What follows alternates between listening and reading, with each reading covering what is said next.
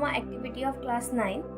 Objective: to verify that the triangles on the same base and between the same parallel lines are equal in area. Material required: drawing sheet, graph paper, sketch pen, Fevicol, geometry box. Methods of construction: cut a rectangular drawing sheet of a convenient size, paste a graph paper on it, draw two horizontal lines on it which are parallel to each other. Take 2 points A and B on the paper along the first line.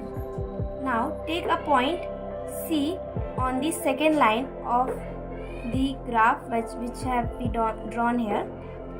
Now join C to A and C to B. Now take other 2 points P and Q, similarly join P to A, P to B and Q to A, Q to B.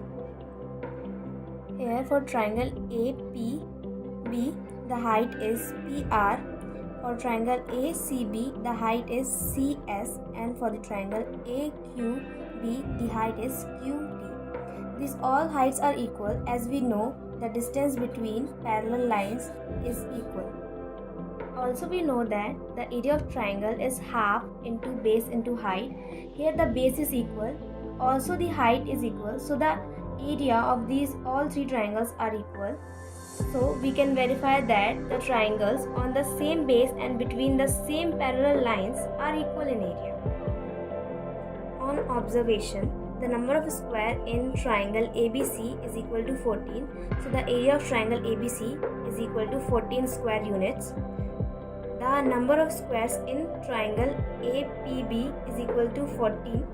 So the area of triangle APB is equal to 14 square unit. The number of squares in triangle ABQ is equal to 14. Therefore, the area of triangle ABQ is equal to 14 square unit. Therefore, area of triangle ABC equals to area of triangle APB equals to triangle of area ABQ. Application: this result helps in solving various geometric problems. It also helps in finding the formula of area of a triangle.